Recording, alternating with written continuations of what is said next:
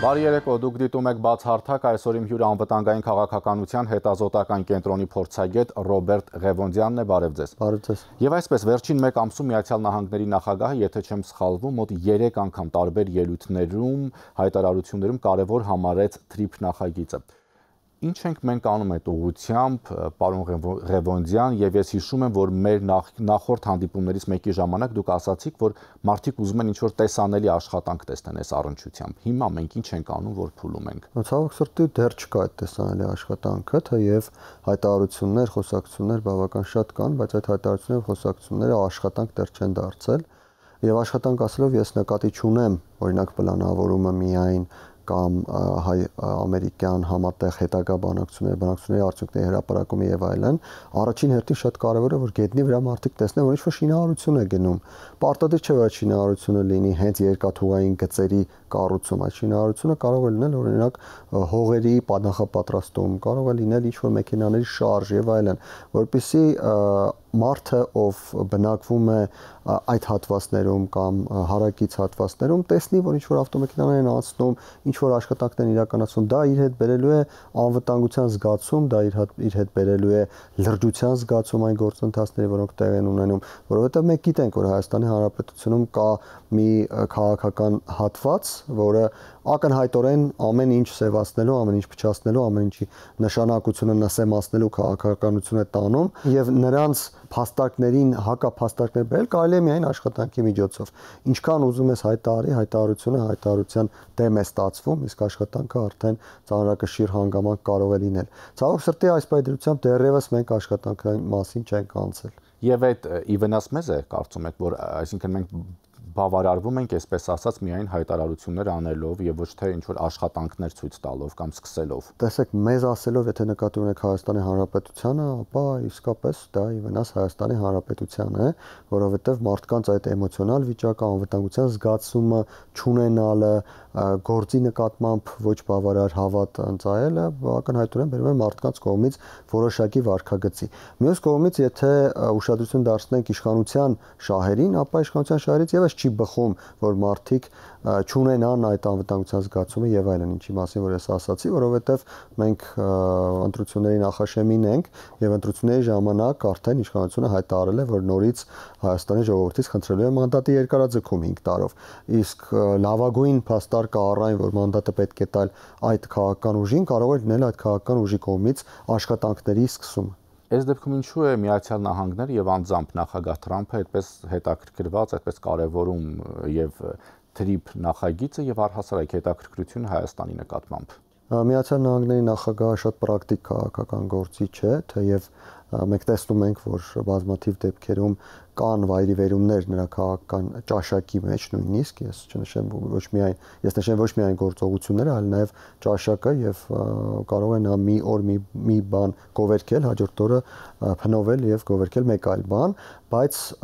նա պրակտիկ է ամեն ինչում, ինչը վերաբերում է բիզնեսին, ինչը վերաբերում է առևտրին, իսկ TRIP-ը ակնհայտորեն առևտրային տնտեսական շատ մեծ նշանակություն կարող է ունենալ եւ այս առումով էլ Միացյալ Նահանգների նախագահը ցանկանում է որպեսզի այդ ծրագիրը իրականություն դառնա։ Բացի այդ կա աշխարհաքաղաքական ենթատեքստ, մենք տեսնում ենք, որ կան ուժեր, առաջին հերթին Ռուսաստանը, բայց այլ ուժեր եւս, որոնք ունեն որոշակի վերապահումներ եւ որոշակի շահեր, որպեսզի այս ծրագիրը իրականություն չդառնա եւ հավանաբար Միացյալ Նահանգների նախագահի հայտարարությունները նաեւ այս միտումները կանխելու որոշակի նպատակ ունեն։ Բայց եթե չեմ սխալվում, վերջերս Մարիա Զախարովան հայտարարեց, որ Ռուսաստանը հետաքրքրված է TRIP նախագծով եւ պատրաստակամ է օգտվել դրանից հնարավորության դեպքում, այսինքն ամեն դեպքում կարծես թե հայտարարությունների որոշակի տոնայնություն է փոխվում։ Այո, որովհետև Ռուսաստանը հույս ունի, որ առաջին հերթին այդ նախագիծը իրականություն չի դառնա, որովհետև նոյեմբերի 9-ի իրենց մեկնաբանությամբ իրենք պետք է լինեին այդ ճանապարհի վրա եւ իրենք պետք է այդ աշխարհաքաղաքական առավելություններից օգտվեին։ Դա պլան A-ն է, եթե ստացվի։ Եթե չստացվի, կա պլան B-ն, որ եթե նույնիսկ այդ նախագիծը իրականություն դառնա, ապա մենք փորձենք մաս կազմել այդ նախագծի կլինի եւ այդ պատճառով է որ Զախարովան ակնհայտորեն մանիպուլացնելով կոնսեսիոն պայմանագիրը Հայաստանի Հանրապետության եւ Հարավկովկասյան երկաթուղու միջև հայտարարում է թե այդ կառույցը, որը երկաթուղին, որը կառուցվի, անպատճառ լինելու է Հարավկովկասյան երկաթուղու մաս կամ կառավարման ներքո, բայց դա այդպես չէ, որովհետեւ պայմանագիրը նախատեսում է Հարավկովկասյան երկաթուղու կառավարում միայն այն երկաթգծերի նկատմամբ, որոնք կառուցում է Հարավկովկասյան երկաթուղին։ Այլ երկաթգծերը, որոնք կկառուցվեն Հայաստանի Հանրապետությունում այլ դերակատարների կողմից, դրանք կլինեն ներքին Հայաստանի Հանրապետությունը ինքը կառուցի, թե կլինեն այլ օպերատորներ, կարող է լինել Հարավկովկասյան երկաթուղու կառավարման ներքո, եթե նման որոշում ընդունվի եւ հանձնվի կառավարման։ Այսինքն այստեղ պարտադիր չէ, որ այդ հատվածը եթե կառուցվի, լինի Հարավկովկասյան երկաթուղու տիրապետման կառավարման ներքո, ոչ տիրապետման, միայն կառավարման ներքո, որովհետև կառավարում է եւ չի տիրապետում։ Հարավկովկասյան երկաթուղին սա այլ նշանման պայման տիրապետում է իր սեփականությունը շարժակազմերը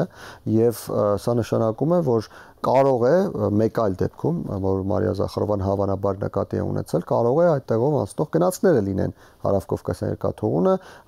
գոնե այն հատվածը, որը Հայաստանից գնացող կլինի կամ Հայաստան եկող կլինի, այսինքն Հարավկովկասյան երկաթուղին կարող է այսպիսի մասնակցություն ունենալ։ Եվ սրանք տարբեր պլաններ են, որոնք Ռուսաստանում կան, Ռուսաստանում հասկանում են, որ միայն մեկ պլանով պետք չէ առաջնորդվել, այնպես որ հայտարարությունները պետք է դիտարկել այս պրիզմայով։ Այսինքն ես ճիշտ եմ հասկանում, որ մեզ այս դեպքում հապաղել պետք չէ, մենք պետք է շատ արագ սկսենք, ոչ միայն հայտարարությունները բավարարվենք, այլ շատ արագ սկսենք աշխատանքներ իրականացնել, որովհետև պետք են, այսպես ասած, գետնի վրա աշխատանքներ։ Դրանք պետք են իհարկե, դրանց մասին ես արդեն խոսեցի, բայց մեր շտապել պետք է նաև այլ պատճառով, որովհետև Թուրքիան արդեն հայտարարել է եւ հիմնարկել է նոր երկաթուղային ճանապարհի Կարսիկ-Դիր Նախիջևան, որի կառուցման դեպքում Հայաստանի Հանրապետությունը ընդհանրապես հայտնվում է շրջափակման մեջ, կարելի ասել երկաթուղիների շրջափակման մեջ, եւ Հայաստանի Հանրապետության կարիքը կարելի է ասել համարյա չի զգացում չհաշված տրիպը, որն էլ համատեղ կառավարման ներքո է։ Իսկ ներկա պահին, եթե այդ ճանապարհը հնարավոր լինի արագ կառուցել եւ սկսի գործել այդ ճանապարհը, ընդ որում միայն մեկ չպիտի կառուցենք, Ադրբեջանը պետք է հասնի Հայաստանի սահման, իրենք հայտարարում են, որ 2026 թվականի ամռանը կհասնեն եւ Հայաստանի հատվածը կառուցելուց հետո էլ ադրբեջանցիները պետք է շարունակեն մինչեւ Օրդուբատ, այնտեղ եթե չեմ սխալվում 10-11 կիլոմետր դեռ պետք է կառուցվի։ Եթե դա հնարավոր լինի արագ կառուցել եւ նաեւ վերականգնել Գյումրի-Կարս երկաթուղին, որի շուրջ գործընթացներ տեղի են ունենում Հայաստանի եւ Թուրքիայի միջև, եւ նաեւ Երևանից Նախիջևան այդ հատվածը, որտեղ եւս մի շատ փոքր հատված 1-2 կիլոմետրի մասն է խոսքը վերականգնելու կա, ապա Հայաստանը կարող է առաջարկել Թուրքիային օգտվել այդ ճանապարհով, Նախիջևան-Երևան-Գյումրի-Կարս ճանապարհով եւ իզուր տեղը չկառուցել, միլիարդներ չծախսել Կարս-Իգդիր Նախիջևան ճանապարհը կառուցելու համար, ընդ որում միայն Թուրքիայի հարցը չէ այստեղ, կարող են լինել մարդիկ, ովքեր կհակադարձեն ասելով, որ Թուրքիան աշխարհակահաղական նկատառումներից ելնելով միևնույն է այդ ճանապարհը կսարքի եւ հետագայում Հայաստանը կհայտնվի այդ իմաստը շրջափակման մեջ, բայց այստեղ կա նաեւ ֆինանսավորման խնդիր, այն 2.5 միլիարդ եվրոն, եթե չեմ սխալվում, որը հայտարարեց Թուրքիան, որ կարողացել է ներգրավել այդ ճանապարհը սարքելու համար, վերցվել է տարբեր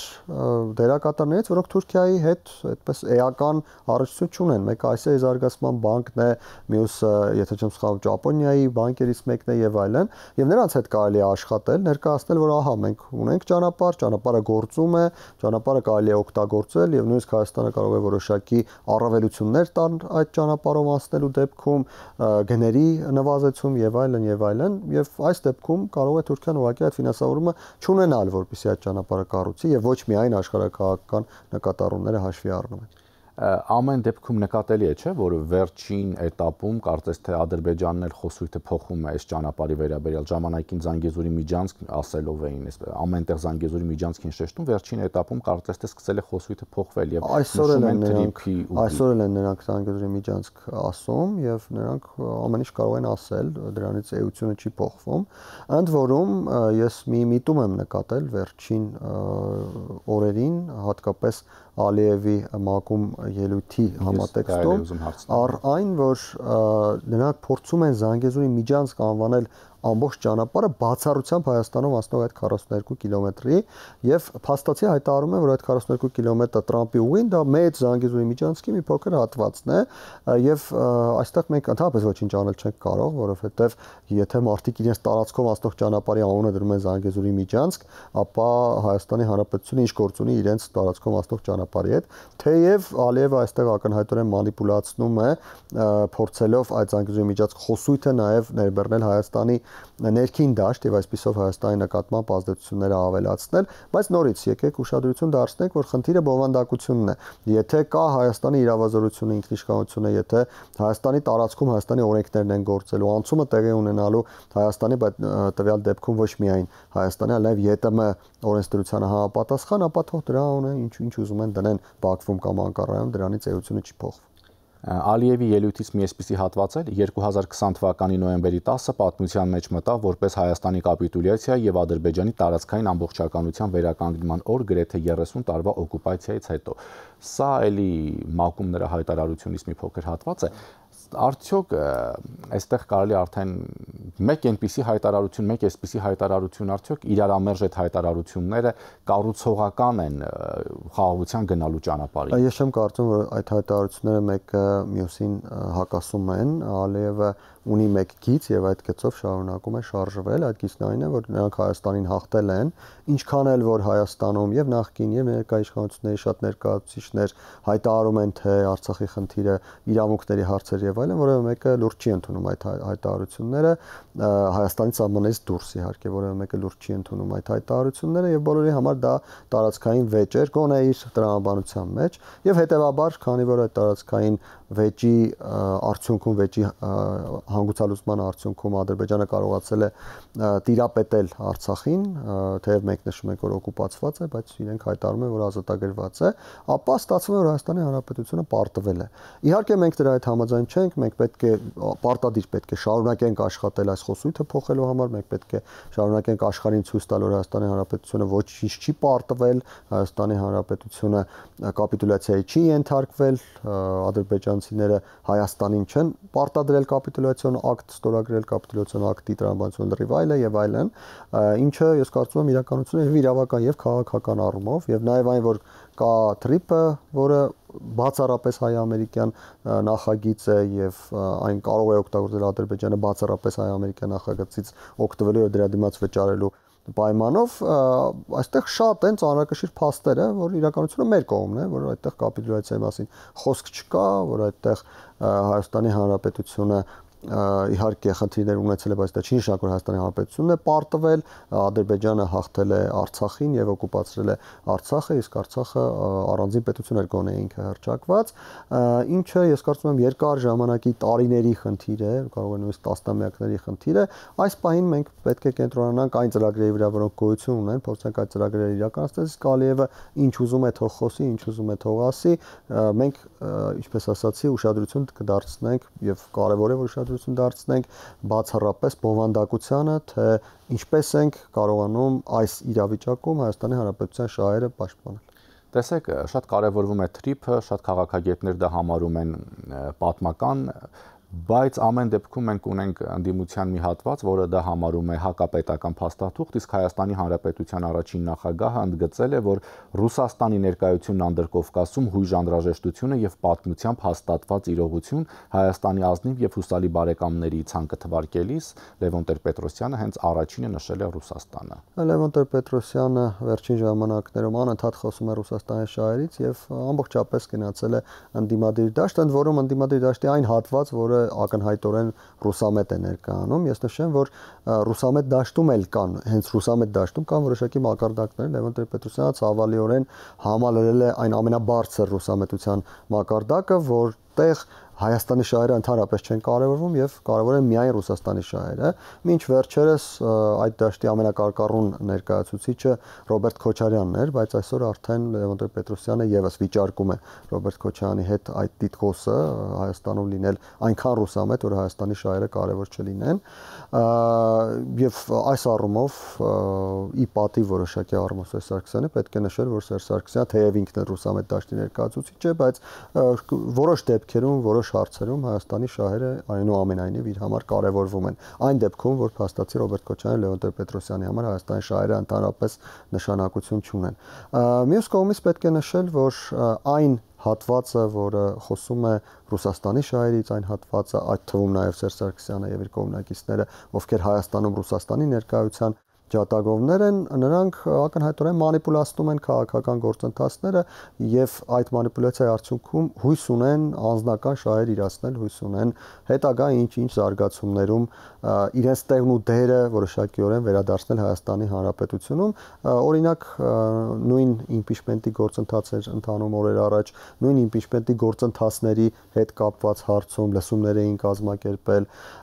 եւ այլն, սրանք գործողություններ են, որոնց արդյունքում նրանք ցանկանում են մնալ քաղաքական դաշտում, չկորցնել հետևորդներին, ցույց տալ արտաքին խաղացողներին, որ նրանք Հայաստանի քաղաքական դաշտում դեռևս գործունակ են որոշակի։ Բայց այդ առումով իրենք համախմբված չեն։ Հայաստան դաշինքը հասկանալի է, որ համախմբված չեն, թեև Հայաստան դաշինքը միացավ այդ իմպիչմենտի գործընթացին, բայց խնդիրը այստեղ այլ է։ Խնդիրն այն է, որ ամեն մի դերակատար հենց նույն ռուսամետ դաշտում, անկախ նրանից նա այդպես բևեռացված ռուսամետ է, ինչպես Քոչարյանը եւ Լևոն Տեր-Պետրոսյանը, թե չափավոր ռուսամետ է, ինչպես Սերժ Սարգսյանը, միևնույն է, ամեն մի դերակատար խնդիր ունի իր հետևորդներին չկորցնել, իր հետևորդներին չտալ մյուս դերակատարին, իր հետևորդներին չտալ օրինակ Սամվել Կարապետյանի կողմից ձևավորված այդ ապաքաղաքական ուժին։ Ես պատահական չի որ նշում եմ, ինչքան որ աբսուրդային է, բայց փաստացի նրանք հայտարարել են օրինակ ապաքաղաքական ուժ են։ Եվ այս տրամաբանության մեջ այդ քաղաքական ուժերը տարբեր գործողություններ են ծրագրում, այդ գործողությունները իրականացնում են, տեսեք, իմպիչմենտի լսումներ, իմպիչմենտի գործընթաց։ Ակնհայտ է, որ գործընթացն ինքնին հաջողության հասնել չի կարող, բացառվում է նման զարգացում, եթե իհարկե ֆորս մաժորներ կընդհանրենք նոր պատերազմ կամ ինչ-որ շատ մեծ աղետ չլինի։ Եվ գործընթացի թաքնված նպատակը, որը պետք է իրացնել, հենց այն է, ինչի մասին ես ասացի, հետևորդներին չկորցնել, արտաքին քաղաքական ուժերին ցույց տալ, որ մենք դեռևս գործոն ենք, մեզ դեռևս կարելի է որոշակի աջակցություն ցույց տալ, դա կլինի նյութական աջակցություն, դա կլինի հայտարարությունների մակարդակով աջակցություն, կարևոր չէ, եւ փորձել քաղաքական դաշտում որոշակի տեղ պահպանել։ Բայց այդուամենայնիվ ներքին այսպես անհամաձայնություն, մեղմ ասած անհամաձայնությունը նրանց միջև նկատելի է, որովհետև կարկառուն հանրապետականներից մեկը բավական բոլորովին վերջերս մի այսպես ասած Facebook-յան գրառում էր ձոնել Ռոբերտ Քոչարյանին, դու ձոնել ոչ լավ իմաստով, այսինքն այդ ակնհայտ է, որ իրար մեջ այդ խրճիթները Ես նշեցի արդեն, որ կա մրցակցություն, եւ այդ մրցակցությունը հետևորդների համար է, տեսեք, դաշտը շատ սահմանափակ է, առանց այդ էլ Հայաստանի քաղաքական դաշտը սահմանափակ է, իսկ այս ռուսամետների դաշտը ընդհանրապես այսօրվա ժողովրդի հակառուսական տրամադրությունները հաշվի առնելով էլ ավելի սահմանափակ է, եւ այդ սահմանափակ ռեսուրսների համար կատաղի մրցակցություն է գնում մի քանի դերակատարների միջև, դրանք են եւ Ռոբերտ Քոչարյանը, եւ Սամվել Կարապետյանը, կամ նրա ներկայացուցիչները, եւ Սերժ Սարգսյանը, եւ Լևոն Տեր-Պետրոսյանը, եւ օրինակ Անդրանիկ Թևանյանը,